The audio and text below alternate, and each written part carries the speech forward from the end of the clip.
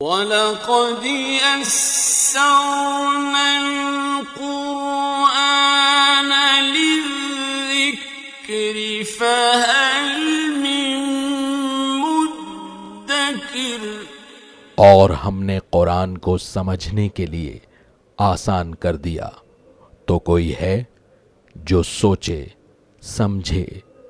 صوت القرآن، قرآن کی آواز۔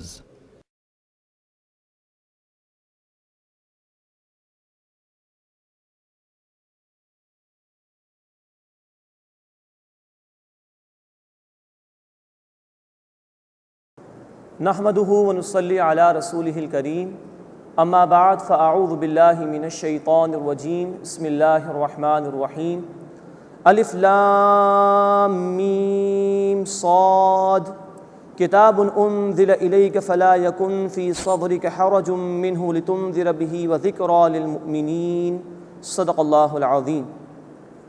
سورۃ الاعراف کا ہم مطالعہ شروع کر رہے ہیں۔ یہ سورہ مبارکہ بھی مکی صورت ہے، اور مکی صورتوں میں سے اپنے حجم اور سائز کے اعتبار سے سب سے طویل صورت ہے۔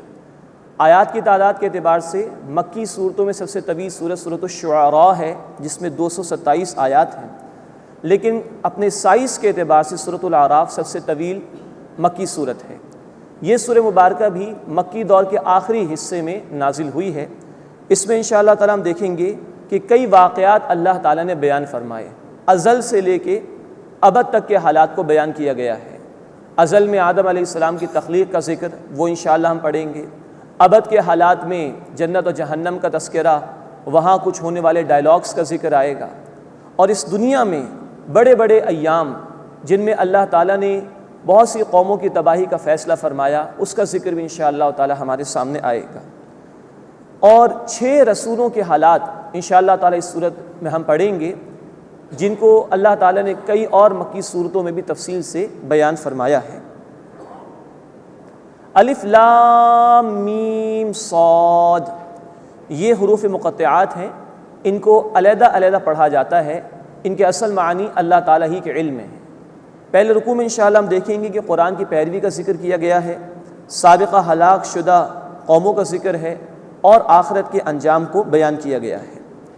کتاب انزل الیک، یہ کتاب ہے اے نبی صلی اللہ علیہ وسلم جو آپ پر نازل کی گئی ہے۔ فلا یکن فی صدرک حرج منہ، تو اس سے آپ اپنے سینے میں کوئی تنگی محسوس نہ کیجیے۔ لتنذر بہ، تاکہ آپ صلی اللہ علیہ وسلم اس کے ذریعے سے خبردار کریں۔ وذکری للمؤمنین، اور یہ یاد دہانی ہے، نصیحت ہے ایمان لانے والوں کے لیے۔ یعنی نبی صلی اللہ علیہ وسلم پورے طور پر کوشش کرتے تھے کہ اللہ کی ہدایت لوگوں تک پہنچا دی جائے، تو طرح طرح کی مشکلات آ رہی تھیں، تو اللہ رب العزت نے تسلی دی کہ آپ مشکلات کو برداشت کیجئے اور اپنی دعوت کا کام جاری رکھیے۔ مزید فرمائے کہ وذکری للمؤمنین، اور یہ ایمان لانے والوں کے لیے نصیحت ہے۔ اب جس کو بھی ہدایت ملے گی اسی قرآن حکیم کے ذریعے سے ملے گی۔ اتبعوا ما انزل الیکم من ربکم، پیروی کرو اس کی جو تمہارے رب کی طرف سے تم پر نازل کیا گیا ہے۔ ولا تتبعوا من دونہ اولیاء، اور اس کے سوا اور دوستوں کے پیچھے نہ لگو اور لوگوں کی پیروی نہ کرو۔ قلیلا ما تذکرون، بہت کم تم نصیحت قبول کرتے ہو۔ یعنی اللہ نے تو یہ قرآن ہدایت کے طور پر عطا فرمایا، لیکن لوگوں کا معاملہ یہ ہو رہا ہے کہ وہ اس قرآن کو چھوڑ کر اور چیزوں کے پیچھے لگ رہے ہیں۔ یہ معاملہ اس دور میں مشرکین مکہ کا تھا، آج بھی اس دور میں اللہ کا کلام حق ہمارے پاس موجود ہے۔ سیاست کے اصول بھی اسی سے ملیں گے، معیشت کے لیے رہنمائی بھی یہیں سے ملے گی، معاشرت کے لیے تعلیمات بھی یہیں سے ملیں گی۔ تو کہا جا رہا ہے کہ یہ قرآن اب حق آ چکا ہے، اسی کی پیروی کرو اور اس کے سوا کسی اور چیز کی پیروی کرنے کی کوشش نہ کرو۔ وَكَم مِّن قَرْيَةٍ أَهْلَكْنَاهَا فَجَاءَهَا بَأْسُنَا بَيَاتًا أَوْ هُمْ قَائِلُونَ، اور ہم نے کتنی بستیاں ہلاک کر دیں، بس ان پر ہمارا عذاب آیا جبکہ رات کو وہ سوتے تھے یا وہ دوپہر کو آرام کرتے تھے۔ فما كان دعواهم اذ جاءهم بأسنا الا ان قالوا انا كنا ظالمين، بس ان کی پکار اس کے سوا کچھ بھی نہ تھی جب ان پر ہمارا عذاب آیا کہ انہوں نے کہا کہ بے شک ہم ہی ظالم ہیں۔ لیکن اس وقت جب اللہ کا عذاب آ جائے اور مہلت ختم ہو جائے، توبہ قبول نہیں ہوتی۔ یہ ذکر انشاءاللہ ہم پڑھیں گے سورۃ المؤمن آیت نمبر 85 میں، کہ جب عذاب آ جائے اس وقت اگر کوئی ایمان قبول کرے تو تو اس وقت کا ایمان معتبر نہیں ہوتا، اس وقت کی توبہ قبول نہیں کی جاتی۔ اس کے بعد رسالت کے حوالے سے بڑی اہم آیت کا بیان آ رہا ہے۔ فرمایا کہ فَلَنَسْأَلَنَّ الَّذِينَ أُرْسِلَ إِلَيْهِمْ وَلَنَسْأَلَنَّ الْمُرْسَلِينَ، اور ہم ضرور ان لوگوں سے پوچھیں گے جن کی طرف رسولوں کو بھیجا گیا، اور ہم ضرور پوچھیں گے رسولوں سے بھی، یعنی رسولوں سے یہ سوال ہوگا کہ کیا انہوں نے اللہ کا پیغام لوگوں تک پہنچایا یا نہیں، اور لوگوں سے یہ سوال ہوگا کہ اللہ کے رسولوں کے ذریعے سے جو پیغام ان تک پہنچا انہوں نے اس پر عمل کیا کہ نہیں کیا۔ اللہ کے رسول صلی اللہ علیہ وسلم یہ گواہی دے چکے۔ آپ صلی اللہ علیہ وسلم نے حجۃ الوداع کے موقع پر صحابہ کرام رضی اللہ تعالی عنہم اجمعین سے سوال کیا، الا هل بلغت، کیا میں نے پیغام پہنچا دیا تم تک؟ تمام صحابہ نے جواب دیا کہ اللہ کے رسول یقیناً آپ نے پیغام پہنچا دیا۔ تب اللہ رب العزت کو گواہ بناتے ہوئے اللہ کے رسول صلی اللہ علیہ وسلم نے فرمایا، اللہم اشہد، اے اللہ گواہ رہے کہ یہ گواہی دے رہے ہیں کہ میں نے ان تک پیغام پہنچا دیا، اور وہ پہنچتے پہنچتے پیغام آج ہمارے پاس موجود ہے۔ اللہ کے رسول تو گواہی لے چکے، وہ جواب دے دیں گے اللہ میں نے پیغام پہنچا دیا۔ اب ہمیں بھی سوچنا چاہیے کہ ہمیں بھی جواب دینا ہے روز قیامت اللہ کے حضور میں، اور ہمیں دو اعتبارات سے جواب دینا ہے۔ نمبر ایک، ہم نے خود اس پیغام پر عمل کیا کہ نہیں، اور نمبر دو، کیونکہ نبوت ختم ہو گئی نبی کریم صلی اللہ علیہ وسلم پر، اب قیامت تک کے لیے انسانیت تک اللہ کا پیغام پہنچانا ہماری ذمہ داری ہے۔ سورۃ البقرہ آیت 143 میں یہ بات ہم پڑھ چکے ہیں کہ نبی صلی اللہ علیہ وسلم ہم پر گواہی دے چکے، اب ہمیں انسانیت تک اللہ کا پیغام پہنچانا ہے۔ تو دوسری جواب دہی ہماری یہ ہوگی کہ اس پیغام حق کو ہم نے انسانیت تک پہنچایا کہ نہیں پہنچایا۔ اللہ ہمیں اس کی توفیق عطا فرمائے، ہم خود اللہ کے احکامات پر عمل کریں اور انسانیت تک اس تعلیم کو پہنچانے کی کوشش کریں۔ فَلَنَقُصَّنَّ عَلَيْهِمْ بِعِلْمٍ وَمَا كُنَّا غَائِبِينَ، بس یقیناً ہم ان کو بیان کریں گے اپنے علم سے، اور ہم غائب نہ تھے۔ حق بات بیان کر دی جائے گی ان کے سامنے، اور جو کچھ لوگ کرتے رہے تھے وہ اللہ کے علم سے باہر نہیں تھا، اللہ سب ان کے سامنے پیش فرما دیں گے۔ اب نتائج کا ذکر ہے، وَالْوَزْنُ يَوْمَئِذٍ الْحَقُّ، اور اعمال کا وزن ہونا اس دن برحق ہے۔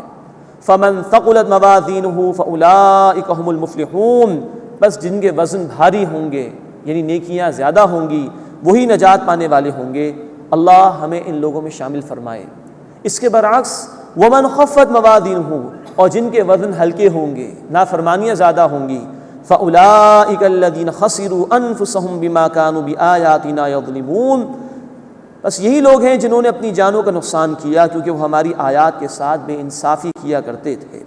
یہ دو ہی نتائج ہیں آخرت میں۔ اللہ ہمیں پہلے نتیجے کے لیے عمل کی توفیق عطا فرمائے، اور دوسرے انجام سے ہماری حفاظت فرمائے۔ تو وزن برحق ہے اس دن اعمال کا۔ یہ باتیں سمجھنا اس دور میں ہمارے لیے آسان ہے۔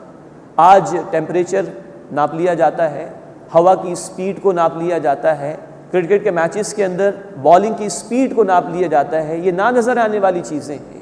تو اللہ اس بات پر قادر ہے کہ ہمارے اعمال کو پیش بھی کرے، اور ان کا جو ویٹیج ہے، ان کی جو حیثیت ہے، ان کی جو ویلیو ہے، اللہ ہمارے سامنے پیش کر دے گا۔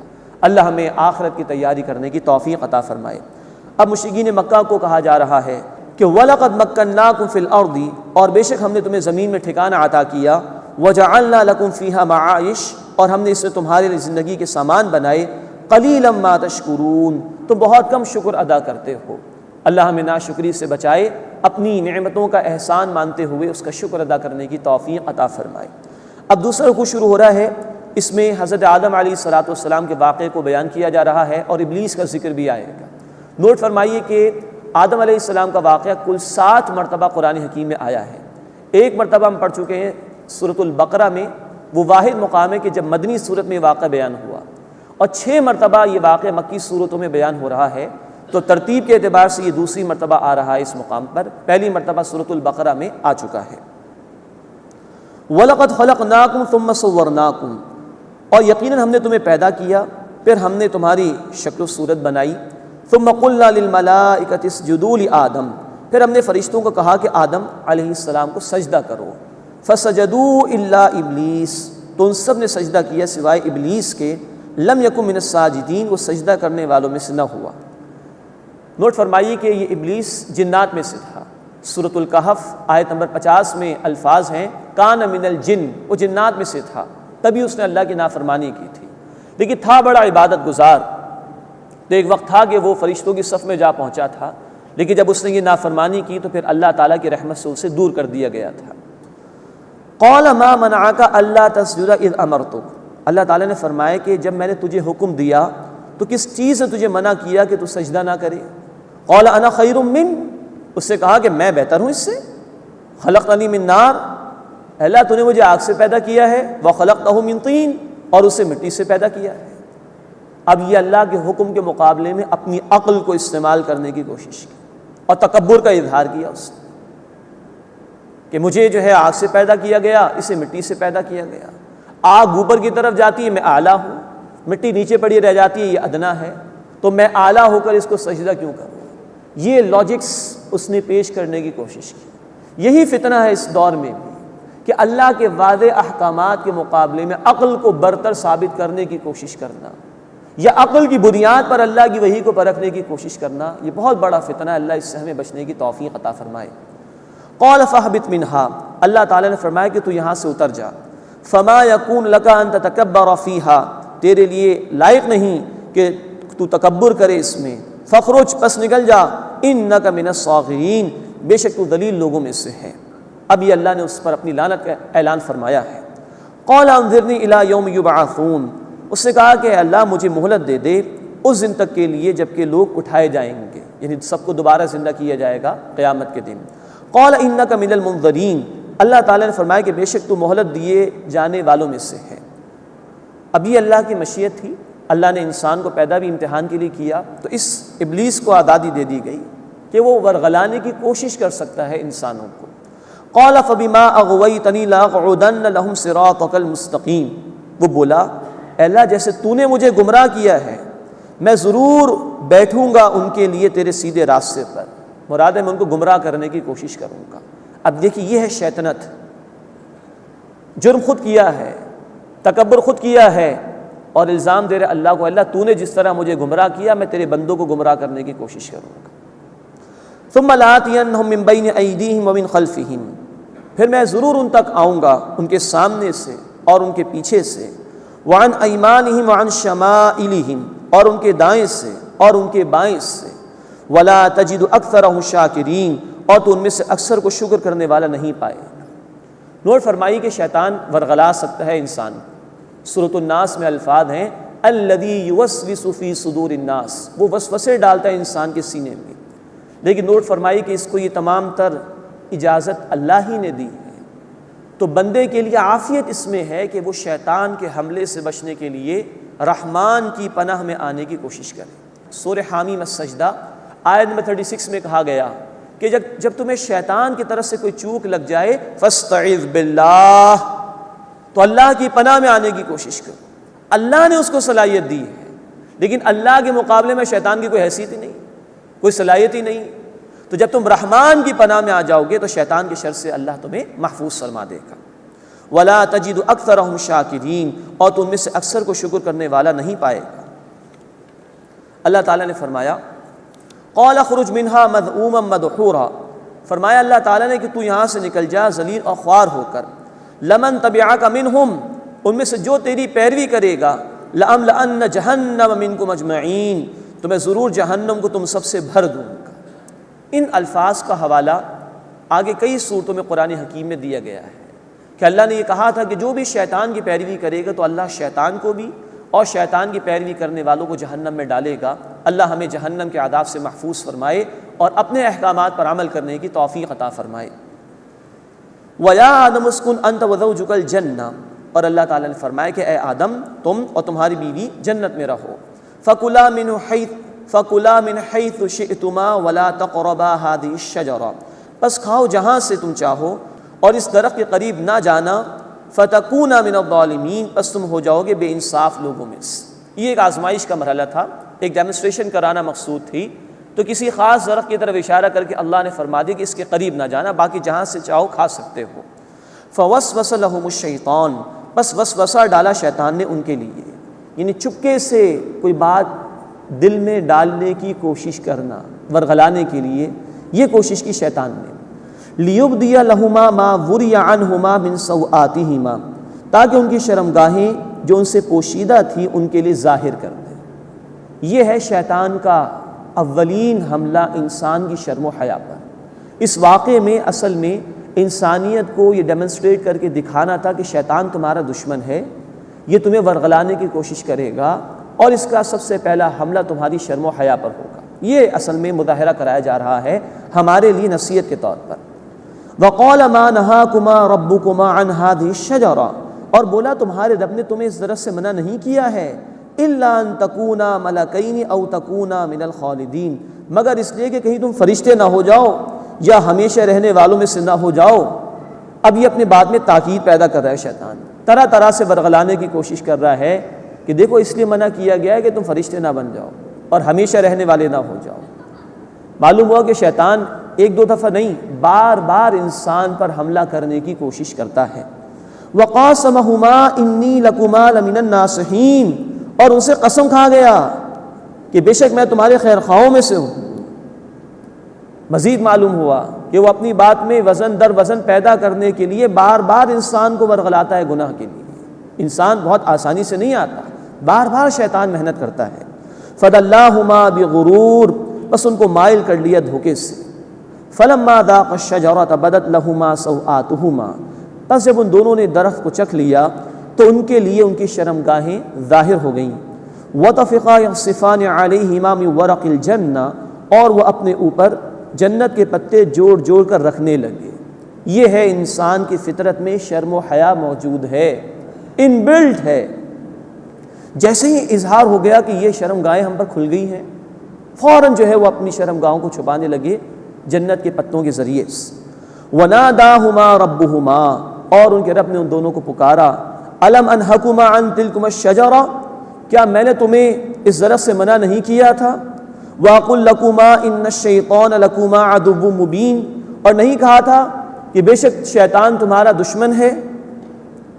یہ اللہ تعالیٰ نے متنبع فرما دیا، لیکن اس کے بعد اللہ تعالیٰ کا التفات ہوا اور اللہ تعالیٰ نے خود گناہوں سے معافی مانگنے کے لیے کلمات سکھا دیے آدم علیہ السلام اور حوا سلام علیہا دونوں کو۔ قالا، ان دونوں نے عرض کیا، ربنا ظلمنا انفسنا، اے ہمارے رب بے شک ہم نے اپنے اوپر ظلم کیا، وَإِن لَّمْ تَغْفِرْ لَنَا، اور اگر تو نے ہمیں بخش نہ دیا، وَتَرْحَمْنَا، اور ہم پر رحم نہ فرمایا، لَنَكُونَنَّ مِنَ الْخَاسِرِينَ، تو ہم ضرور خسارہ پانے والوں میں سے ہو جائیں گے۔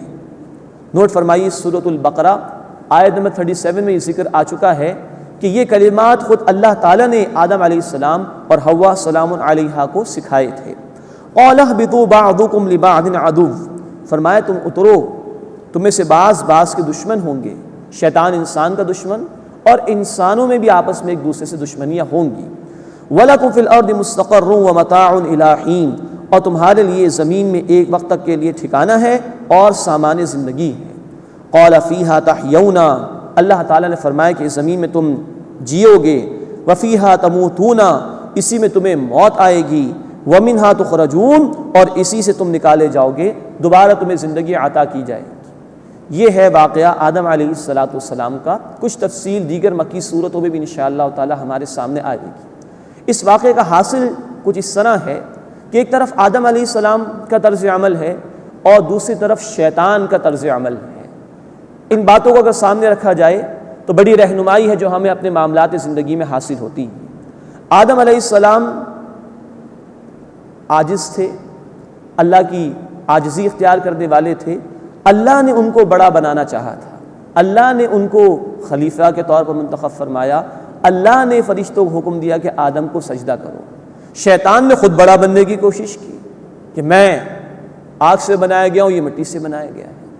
آدم علیہ السلام خطا ان سے کرائی گئی اس لیے کہ نسل انسانی کو بتانا مقصود تھا کہ تمہیں امتحان کے لیے بھیجا جائے گا زمین پر، اور شیطان ورغلانے کی کوشش کرے گا۔ شیطان نے خطا خود کی جانتے بوجھتے تکبر کرتے ہوئے۔ آدم علیہ السلام کی جو خطا تھی وہ بلندی کے حصول کے لیے تھی، خطا ہو گئی، اللہ سے معافی مانگ لی، اللہ نے بلندی عطا فرما دی، معاف فرما دیا۔ شیطان کی جو خطا تھی وہ پستی کی طرف تھی، وہ اللہ کی رحمت سے دور کر دیا گیا اور اس پر لعنت اللہ تعالیٰ کی فرما دی گئی۔ آدم علیہ السلام کو جیسے علم ہوا کہ مجھ سے خطا ہو گئی ہے، فوراً ندامت کا اظہار کیا، جھک گئے اللہ کے سامنے۔ شیطان ہٹ دھرمی پر آ گیا، تکبر پہ آ گیا، جانتے بوجھتے ڈھٹائی کا اس نے مظاہرہ کیا۔ آدم علیہ السلام نے ذمہ داری قبول کی، ربنا ظلمنا انفسنا، اللہ ہم سے خطا ہو گئی، عاجزی کا اظہار کیا۔ شیطان نے خطا کر کے اللہ پر ڈال دی، اللہ تو نے مجھے گمراہ کیا تو میں ان لوگوں کو گمراہ کروں گا، معاذ اللہ ثم معاذ اللہ۔ آدم علیہ السلام کو نتیجتاً معافی مل گئی، اللہ نے ان کو معاف فرما دیا، اور شیطان کے اس طرز عمل کے نتیجے میں اس کے لیے ذلت ہی ہاتھ آئی اور اس پر اللہ کی طرف سے لعنت فرما دی گئی۔ تو اللہ ہمیں آدم علیہ السلام والا طرز عمل اختیار کرنے کی توفیق عطا فرمائے، عاجزی، جھک جانا اللہ کے سامنے، غلطی ہو جائے تو اس کا اعتراف کر لینا، معافی مانگ لینا اللہ سے، اور شیطان کے طرز عمل سے اللہ ہمیں بچنے کی توفیق عطا فرمائے۔ اس کے بعد تیسرا رکوع ہے جس میں لباس کا ذکر آئے گا، شیطان کے حملوں کا ذکر ہے، مشرکین کی بے حیائی کا ذکر کیا گیا ہے، اور نماز کے موقع پر زینت اختیار کرنے کی تلقین کی گئی ہے۔ یا بنی آدم قد انزلنا علیکم لباسا، اے اولاد آدم ہم نے تمہیں عطا کیا لباس، یواری سوآتکم وریشا، وہ تمہاری شرمگاہ کو ڈھانپتا ہے اور زینت ہے۔ لباس کے دو فنکشنز بیان کیے گئے، کیونکہ شرم و حیا انسان کی فطرت میں موجود ہے تو انسان کو لباس عطا کیا گیا تاکہ وہ اپنے جسم کو ڈھانپے، اور نمبر دو یہ زینت کے اظہار کا ذریعہ ہے۔ جو بھی اچھا لباس میسر ہو انسان کے پاس اس کو اختیار کرنا چاہیے۔ راہبانہ تصور کی نفی ہے، اور ان قوموں کی بھی نفی ہے کہ جو لباس کو تکلفات سمجھتے ہیں۔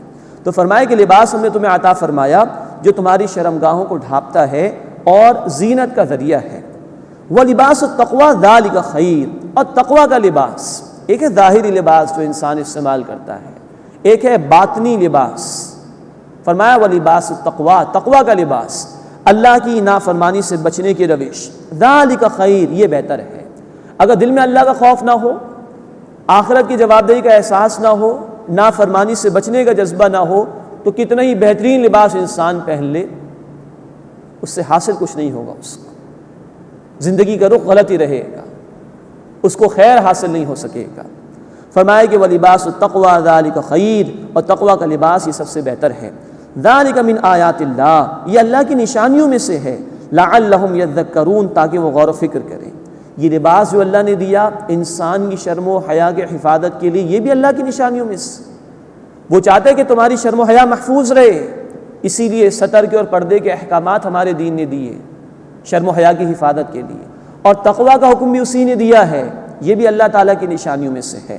لعلہم یذکرون، تاکہ وہ غور و فکر کریں۔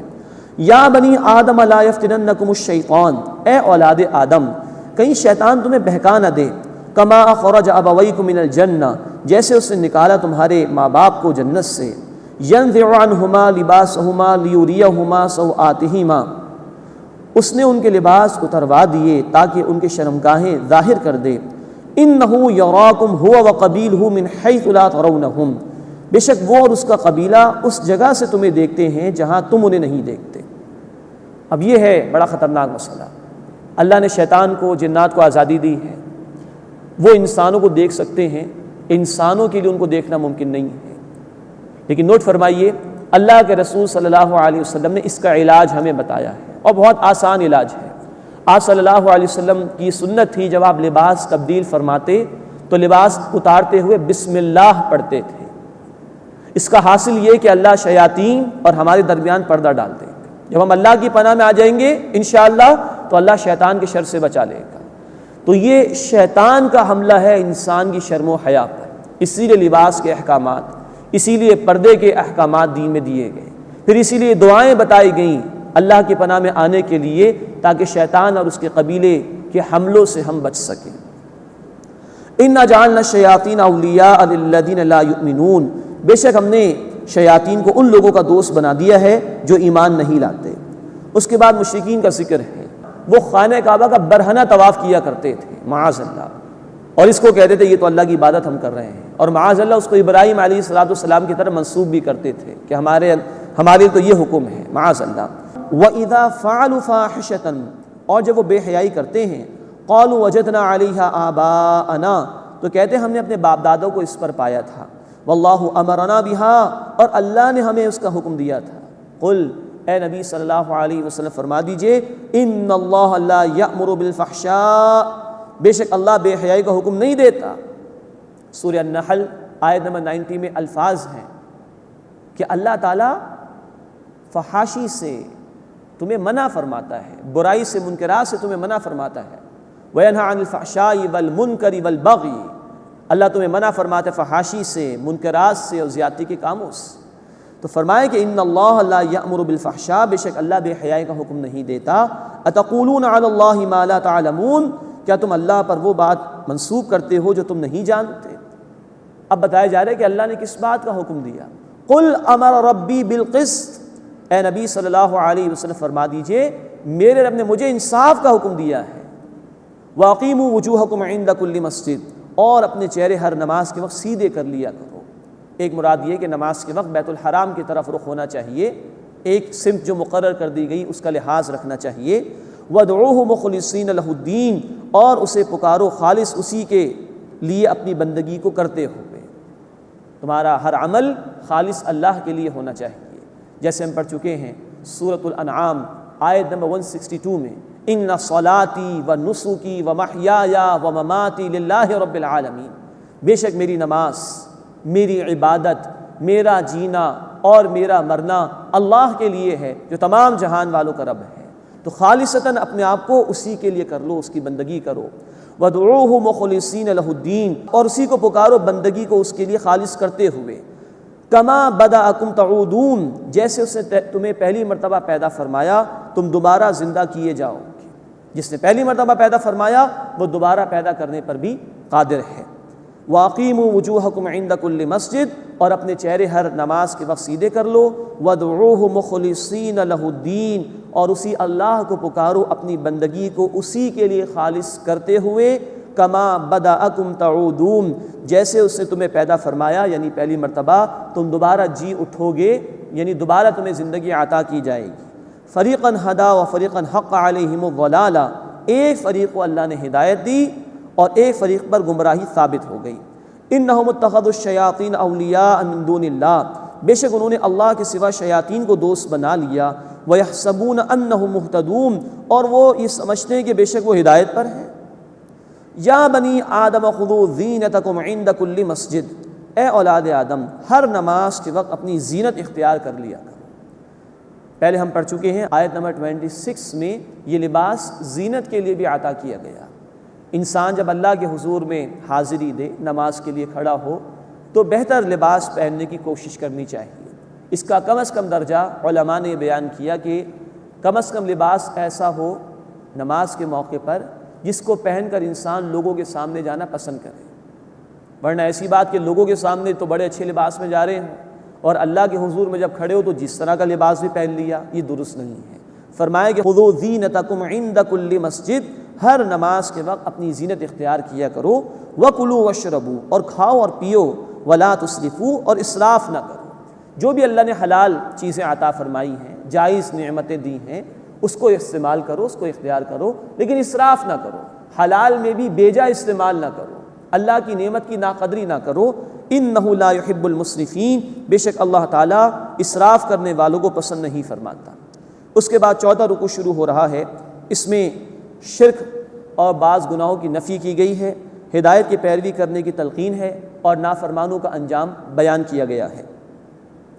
قل من حرم زینۃ اللہ التی اخرج لعبادہ، اے نبی صلی اللہ علیہ وسلم فرمائیے کس نے حرام کی ہے اللہ کی زینت جو اس نے اپنے بندوں کے لیے پیدا فرمائی۔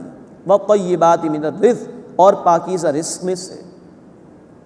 جواب دو، تم نے جس چیز کو چاہا حلال کر لیا، جس کو چاہا حرام کر لیا، تمہیں یہ اختیار کس نے دیا؟ اس میں یہ بات بھی ہے کہ رہبانیت کی نفی کی جا رہی ہے، جیسے کہ عیسائیوں نے اختیار کیا یا بعض دیگر مذاہب کے لوگوں میں بھی ہے کہ بھئی جنگل بیابانوں میں نکل جاؤ، دنیا کی سہولیات سے فائدہ نہ اٹھاؤ۔ یہ طرز عمل غلط ہے اور اللہ تعالیٰ کی نعمتوں کی ناشکری کے برابر ہے۔ تو اے نبی فرما دیجئے کس نے حرام کی اللہ کی زینت جو اس نے بندوں کے لیے پیدا فرمائی؟ وَالطَّيِّبَاتِ مِنَ الرِّزْقِ، اور رزق میں سے پاکیزہ چیز استعمال کرو، جائز چیزوں کو حلال طریقے پر استعمال کرو، جائز ذرائع سے کماؤ، جائز طریقے پر خرچ کرو، جائز ہے بالکل۔ قُلْ هِيَ لِلَّذِينَ آمَنُوا فِي الْحَيَاةِ الدُّنْيَا، اے نبی صلی اللہ علیہ وسلم فرما دیجئے یہ دنیا کی زندگی میں ان لوگوں کے لیے ہے جو ایمان لائے، خالصۃ یوم القیامہ، قیامت کے دن خاص طور پر انہی کے لیے ہوں گی۔ اصلاً یہ نعمتیں اہل ایمان کے لیے ہیں دنیا میں بھی، لیکن یہاں اللہ تعالیٰ ان کے طفیل نافرمانوں کو بھی دے رہا ہے، وہ رب العالمین ہے، ہر ایک کو دے رہا ہے، لیکن آخرت میں خالص طور پر یہ نعمتیں اہل ایمان کے لیے ہی ہوں گی، نافرمانوں کو، کفار کو اس میں سے کچھ بھی نہیں دیا جائے گا۔ کذالک نفصل الآیات لقوم یعلمون، اسی طرح ہم آیات تفصیل سے بیان کرتے ہیں اس قوم کے لیے، ان لوگوں کے لیے جو جانتے ہیں۔ اب بتایا جا رہا ہے کہ اللہ نے کیا حرام قرار دیا ہے۔ قل انما حرم ربی الفواحش ما ظہر منها وما بطن، اے نبی صلی اللہ علیہ وسلم فرما دیجئے کہ میرے رب نے تو حرام قرار دیا ہے بے حیائی کو، جو بھی اس میں سے ظاہر ہو یا پوشیدہ ہو، والاثم اور گناہ کو، والبغی بغیر الحق کی اور ناحق سرکشی کو، ان باتوں کو اللہ تعالیٰ نے حرام قرار دیا۔ اب نوٹ فرمائیے، فرمائے کہ چاہے بے حیائی کھلی ہو یا پوشیدہ ہو، اس سے منع کیا گیا۔ ہم پڑھ چکے ہیں کہ شیطان کا حملہ بھی انسان کی شرم و حیا پر ہوتا ہے۔ جامع ترمذی کی حدیث ہے، اللہ کے رسول صلی اللہ علیہ وسلم نے فرمایا ایمان و حیا دونوں ساتھ ساتھ ہوتے ہیں، ایک کے چلے جانے سے دوسرا بھی چلا جاتا ہے۔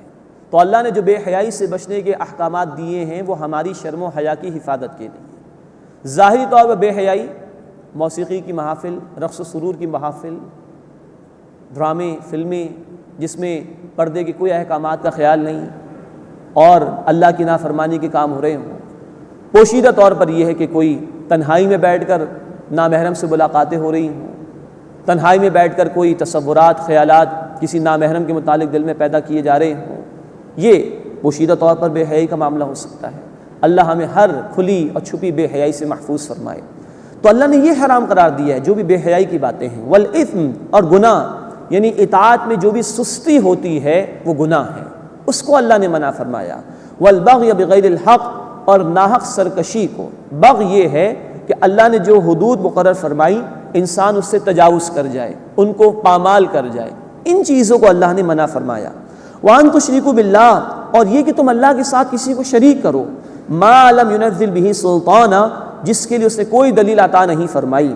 وَأَن تَقُولُوا عَلَى اللَّهِ مَا لَا تَعْلَمُونَ، اور یہ کہ تم اللہ پر وہ بات کہو جو تم نہیں جانتے، ان باتوں سے اللہ نے تمہیں منع فرمایا ہے۔ وَلِكُلِّ أُمَّةٍ أَجَلٌ، اور ہر امت کے لیے ایک مدت مقرر ہے۔ فَإِذَا جَاءَ أَجَلُهُمْ لَا يَسْتَأْخِرُونَ سَاعَةً وَلَا يَسْتَقْدِمُونَ، پس جب ان کا وقت مقرر آ جاتا ہے تو نہ ایک گھڑی پیچھے ہو سکتے ہیں نہ ایک گھڑی آگے ہو سکتے ہیں۔ یعنی ہر قوم کے لیے اللہ نے وقت کو متعین فرمایا، جب مہلت ختم ہو جاتی ہے تو پھر اللہ کی طرف سے عذاب کا فیصلہ کر دیا جاتا ہے۔ اسی سورۃ الاعراف میں آگے چل کر ہم گزشتہ قوموں کے واقعات پڑھیں گے کہ جب انہوں نے حد سے تجاوز کیا، اللہ کے احکامات کی نافرمانی کی، اور جب ان کی مہلت ختم ہوئی تو ان پر اللہ کی طرف سے عذاب نازل کیا گیا۔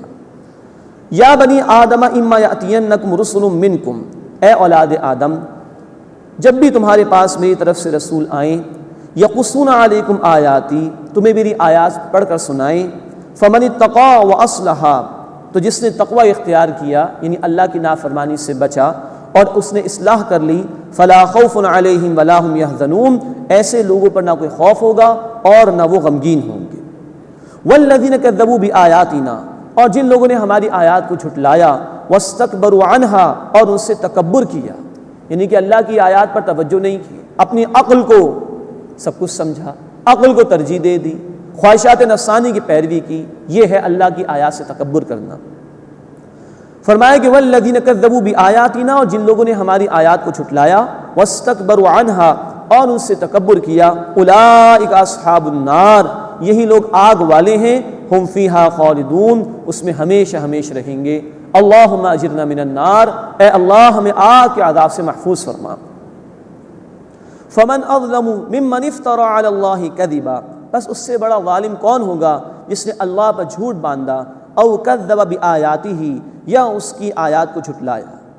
مراد یہ ہے کہ من مانی کوئی بات اختیار کی، اس کو منسوخ کر دیا کہ اللہ نے حکم دیا، یا اپنے قول یا اپنے عمل سے جس نے اللہ تعالیٰ کی آیات کو جھٹلایا، اس سے بڑا کوئی ظالم نہیں ہو سکتا۔ اولئک ینالہم نصیبہم من الکتاب، یہ وہ لوگ ہیں جنہیں ان کا حصہ کتاب میں سے مقرر شدہ مل جائے گا، دنیا کا حصہ ان کو مل جائے گا، لیکن بارہ پھر لوٹ کر اللہ کی طرف تو جانا ہی ہے۔ آگے فرمایا حَتَّى إِذَا جَاءَتْهُمْ رُسُلُنَا يَتَوَفَّوْنَهُمْ، یہاں تک کہ جب ہمارے فرشتے ان کے پاس ان کی جان نکالنے کے لیے آئیں گے، قَالُوا أَيْنَ مَا كُنْتُمْ تَدْعُونَ مِن دُونِ اللَّهِ، وہ فرشتے کہیں گے کہاں ہیں وہ جن کو تم اللہ کے سوا پکارتے تھے؟ قَالُوا ضَلُّوا عَنَّا، وہ کہیں گے وہ ہم سے گم ہو گئے، وَشَهِدُوا عَلَىٰ أَنفُسِهِمْ، اور وہ اپنے خلاف گواہی دیں گے، أَنَّهُمْ كَانُوا كَافِرِينَ، کہ بے شک وہ کافر تھے۔ یعنی کہ جب روح قبض ہوتی ہے اسی وقت یہ سختی کا معاملہ شروع ہو جاتا ہے، اور اس کے بعد ہی ہے کہ نافرمانوں کے لیے قبر کا عذاب ہے، اور فرما برداروں کے لیے یہ ہے کہ جنت کی کھڑکی کھول دی جاتی ہے۔ جامع ترمذی کی حدیث ہے، اللہ کے رسول صلی اللہ علیہ وسلم نے فرمایا کہ قبر جنت کے باغیچوں میں سے ایک باغیچہ ہے یا جہنم کے گڑھوں میں سے ایک گڑھا ہے۔ اللہ ہمیں نیک عمل کرنے کی توفیق عطا فرمائے، اور وہ قبر عطا فرمائے کہ جس میں اللہ جنت کی کھڑکی ہمارے لیے کھول دے، اور اس قبر سے محفوظ فرمائے کہ جس میں ظالموں پر عذاب ہوگا۔ مسلم شریف کی روایت بھی ہے، اللہ کے رسول صلی اللہ علیہ وسلم نے عذاب قبر کا ذکر کرتے ہوئے فرمایا کہ اگر مجھے اس بات کا ڈر نہ ہوتا کہ تم مردوں کو دفنانا چھوڑ دو گے تو میں اللہ سے درخواست کرتا کہ وہ تمہیں عذاب قبر سنا دے تاکہ تمہیں عبرت حاصل ہو۔ قالوا ادخلوا فی امم قد خلت من قبلکم من الجن والانس فی النار، اللہ تعالیٰ ان سے فرمائیں گے تم داخل ہو جاؤ جہنم میں ان امتوں کے ساتھ جو گزر چکی تم سے پہلے جنات اور انسانوں میں سے، کلما دخلت امت لعنت اختہا، جب بھی کوئی امت کوئی قوم اس میں داخل ہوگی تو دوسری امت اس پر لعنت کرے گی، یعنی کوئی ہمدردی اس وقت کسی کو کسی کے ساتھ نہیں ہوگی۔ حتی اذا ادارکوا فیہا جمیعا، یہاں تک کہ جب وہ سب اس میں داخل ہو جائیں گے، قالت اخراہم لأولاہم، تو ان کے بعد والے پچھلوں کے بارے میں کہیں گے ربنا ہؤلاء اضلونا، اے ہمارے رب یہ ہیں جنہوں نے ہمیں گمراہ کر دیا تھا، فآتہم عذابا ضعفا من النار، بس انہیں آگ کا دگنا عذاب دے۔ قال لکل ضعف، اللہ تعالیٰ فرمائیں گے ہر ایک کے لیے دگنا عذاب ہے، ولکن لا تعلمون، لیکن تم جانتے نہیں ہو۔ پچھلے والوں کے لیے بھی دوہرا عذاب ہے جو گزر چکے، کہ خود گمراہ ہوئے اور دوسروں کی گمراہی کا ذریعہ بنے۔ بعد والوں کے لیے بھی عذاب ہوگا، جانتے بوجھتے گمراہ بھی ہوئے اور پچھلے والوں کے انجام سے عبرت حاصل نہیں کی، ہر ایک کو عذاب دوہرا ہوگا۔ وقالت اولاہم لاخراہم، اور ان کے بعد والوں کو کہیں گے ان کے پچھلے لوگ، فما کان لکم علینا من فضل، کہ تمہیں ہم پر کوئی بڑائی حاصل نہیں ہے، فذوقوا العذاب بما کنتم تکسبون، لہذا چکھو عذاب اس کے بدلے جو کچھ کہ تم کیا کرتے تھے۔ یعنی جو بھی لوگ پہلے گزر چکے وہ بعد والوں سے کہیں گے تم ہمیں کیوں برا بلا کہہ رہے ہو، تم ہمارے انجام سے سبق حاصل کر لیتے، تمہارے پاس ہدایت آ گئی تھی تم اس کو فالو کر لیتے۔ تو پچھلے لوگوں پر کوئی الزام تراشی نہیں ہو سکتی۔ ہم پڑھ چکے ہیں سورہ البقرہ آیت 134 میں، تلک امۃ قد خلت، یہ ایک امت ہے جو گزر چکی، لہا ما کسبت ولکم ما کسبتم، اس کے لیے وہ ہے جو اس نے کمائی کی اور تمہارے لیے وہ ہوگا جو تم نے کمائی کی، ولا تسألون عما كانوا يعملون، اور تم سے نہیں سوال کیا جائے گا اس کے متعلق جو وہ کیا کرتے تھے۔ اس کے بعد 5واں رکوع اس سورہ مبارکہ کا آ رہا ہے، اس میں اہل جہنم اور اہل جنت کا ذکر ہے اور ایک مکالمے کا ذکر بھی آئے گا۔ ان الذين كذبوا بآياتنا واستكبروا عنها، بے شک جن لوگوں نے ہماری آیات کو جھٹلایا اور ان سے تکبر کیا، لا تفتح لهم ابواب السماء، ان کے لیے آسمان کے دروازے کھولے نہیں جائیں گے، ولا يدخلون الجنہ، اور وہ جنت میں داخل نہیں ہوں گے، حتی یلج الجمل فی سم الخیاط، جب تک کہ اونٹ سوئی کے ناکے میں داخل نہ ہو جائے، وَكَذَلِكَ نَجْزِي الْمُجْرِمِينَ، اور اسی طرح ہم مجرمین کو بدلہ دیتے ہیں۔ یعنی نافرمانوں کے لیے آسمان کے دروازے نہیں کھولے جائیں گے۔ مسند احمد کی روایت میں اس کی کچھ تشریح بیان کی گئی ہے، نافرمانوں کی دعائیں اوپر نہیں جاتی، ان کے اعمال اوپر نہیں جاتے، اور جب موت واقع ہو جاتی ہے تو روح بھی اوپر نہیں جاتی۔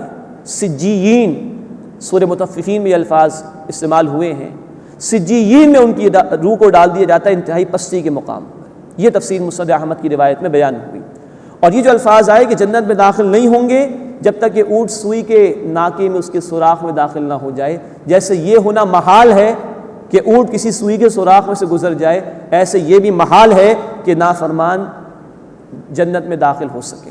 وَكَذَلِكَ نَجْزِي الْمُجْرِمِينَ، اور اسی طرح مجرموں کو بدلہ دیتے ہیں۔ اس کے بعد عذاب کے حوالے سے بڑی سخت آیت آ رہی ہے، لہم من جہنم مہاد ومن فوقہم غواش، ان کے لیے جہنم ہی بچھونا ہے اور ان کے اوپر سے جہنم ہی اوڑھنا ہے۔ وَكَذَلِكَ نَجْزِي الظَّالِمِينَ، اور اسی طرح ہم ظالموں کو بدلہ دیں گے۔ اللہم اجرنا من النار، اے اللہ ہمیں آگ کے عذاب سے محفوظ فرما۔ سورہ البلد کی آخری آیت ہے علیہم نار مؤصدہ، چاروں طرف سے ان پر آگ بند کر دی جائے گی۔ اللہ اس عذاب سے ہماری حفاظت فرمائے، اور آج جو مہلت ہمارے پاس ہے ہمیں اس سے فائدہ اٹھاتے ہوئے نیک عمل کرنے کی توفیق عطا فرمائے۔ والذین آمنوا وعملوا الصالحات، اور جو لوگ ایمان لائے اور جنہوں نے نیک اعمال کیے، لا نکلف نفسا الا وسعها، ہم کسی کو ذمہ دار نہیں ٹھہراتے مگر اس کی وسعت کے مطابق۔ اولئک اصحاب الجنہ، یہ لوگ ہیں جنت والے، ہم فیہا خالدون، اس میں ہمیشہ ہمیشہ رہیں گے۔ اللہم انا نسألک الجنہ، اے اللہ ہم تجھ سے جنت کا سوال کرتے ہیں۔ ونزعنا ما فی صدورہم من غل، اور ہم ان کے سینوں سے نکال لیں گے جو کچھ کدورت ہوگی۔ تجری من تحتہم الانہار، ان جنتوں کے نیچے نہریں جاری ہیں۔ یعنی کہ اہل ایمان میں اگر دنیا میں کوئی اختلاف پیدا ہو گیا تھا، کوئی کسی کے حوالے سے دل میں میل تھا، اللہ اس کو صاف فرما کے جنت میں داخل کریں گے۔ اور ایک تفسیر علماء نے یہ بیان کی کہ جنت میں اہل جنت کے مختلف درجات ہوں گے، تو وہاں کوئی حسد نہیں کرے گا کسی کو دیکھ کر کہ یہ بلند درجے پر ہے اور میں اس سے نیچے ہوں، کوئی کدورت کوئی حسد دل میں باقی نہیں رہے گی۔ تجری من تحتہم الانہار، ان جنتوں کی نیچے نہریں جاری ہیں۔ وقالوا الحمد للہ الذی ہدانا لہذا، اور وہ کہیں گے تمام شکر تمام تعریف اللہ کے لیے ہے جس نے ہمیں اس کی ہدایت عطا فرما دی۔ یہ ہے ہدایت کا کلائمیکس اور نقطہ عروج، اللہ جنت یعنی اپنی رضا کے مقام تک پہنچا دے، وہاں بھی شکر ادا کریں گے اہل ایمان۔ الحمدللہ الذی ہدانا لہذا، تمام شکر تمام تعریف اللہ کے لیے ہے جس نے ہمیں یہاں تک ہدایت عطا فرمائی۔ وما کننا لنہتدی لولا ان ہدانا اللہ، اور ہم ہرگز ہدایت پانے والے نہ تھے اگر اللہ ہی نے ہمیں ہدایت نہ دی ہوتی۔ لقد جاءت رسل ربنا بالحق، یقیناً ہمارے رب کے رسول حق کے ساتھ آئے۔ وَنُودُوا أَن تِلْكُمُ الْجَنَّةُ أُورِثْتُمُوهَا بِمَا كُنْتُمْ تَعْمَلُونَ، اور انہیں کہا جائے گا تم اس جنت کے وارث ہو جاؤ ان اعمال کے بدلے میں جو تم کیا کرتے تھے۔ اللہ اکبر، یہ اللہ کی قدردانی دیکھیے۔ اے بندو جاؤ اپنے اعمال کی وجہ سے جنت میں چلے جاؤ۔ ہماری کیا حیثیت، ہمارا کیا مقام؟ چنانچہ مسلم شریف کی روایت ہے، اللہ کے رسول صلی اللہ علیہ وسلم نے فرمایا تم میں سے کوئی شخص بھی اپنے اعمال کی بنیاد پر جنت میں داخل نہیں ہو سکتا۔ سوال کیا گیا اللہ کے رسول صلی اللہ علیہ وسلم کیا آپ بھی؟ فرمایا ہاں میں بھی جنت میں داخل نہیں ہو سکتا جب تک کہ اللہ کی رحمت شامل حال نہ ہو۔ تو حدیث میں بندے کی بندگی اور اس کی عاجزی کا ذکر ہے۔ اللہ میرا کوئی کمال نہیں، تو اپنی رحمت میں داخل فرما دے تو تیرا فضل ہے، میں تو کسی قابل نہیں۔ یہ بندے کی عاجزی کا تقاضا ہے، بندہ اسی بات کو اپنے سامنے رکھے، میری کوئی حیثیت نہیں۔ اللہ قدردان ہے، اللہ جو چاہے کہہ سکتا ہے، اللہ کا اختیار ہے۔ فرمایا جائے گا وَنُودُوا أَن تِلْكُمُ الْجَنَّةُ أُورِثْتُمُوهَا بِمَا كُنْتُمْ تَعْمَلُونَ، اور انہیں کہہ دیا جائے گا کہ تم اس جنت کے وارث ہو جاؤ ان اعمال کے بدلے میں جو تم کیا کرتے تھے۔